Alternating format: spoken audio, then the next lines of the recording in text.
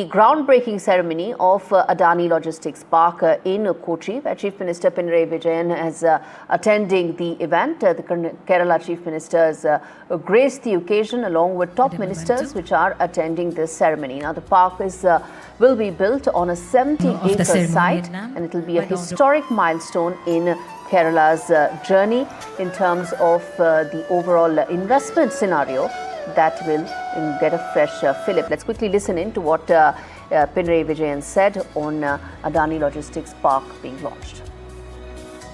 സഹോദരി സഹോദരന്മാരെ, കേരളത്തിന്റെ വ്യവസായ ചരിത്രത്തിലെ ഒരു പുതിയ ചുവടുവെപ്പിന്റെ ദിനമാണിന്ന്. ഇവിടെ നേരത്തെ ബഹുമാനായ അധ്യക്ഷൻ പറഞ്ഞതുപോലെ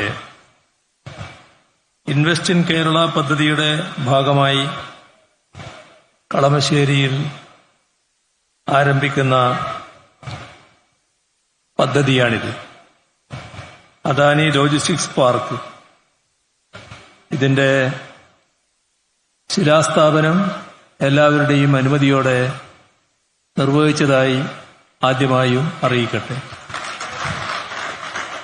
നമ്മുടെ സംസ്ഥാനത്തെ വ്യാവസായിക വളർച്ചയുടെയും ആഗോള ബന്ധങ്ങളുടെയും പുതിയ അധ്യായമാണ് ഇവിടെ തുറക്കുന്നത്.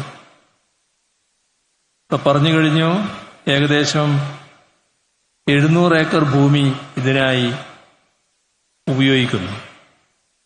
70 ഏക്കർ ഭൂമി, 600 കോടിയിലധികം രൂപയുടെ നിക്ഷേപമാണ് ആദ്യഘട്ടത്തിൽ വരുന്നത്.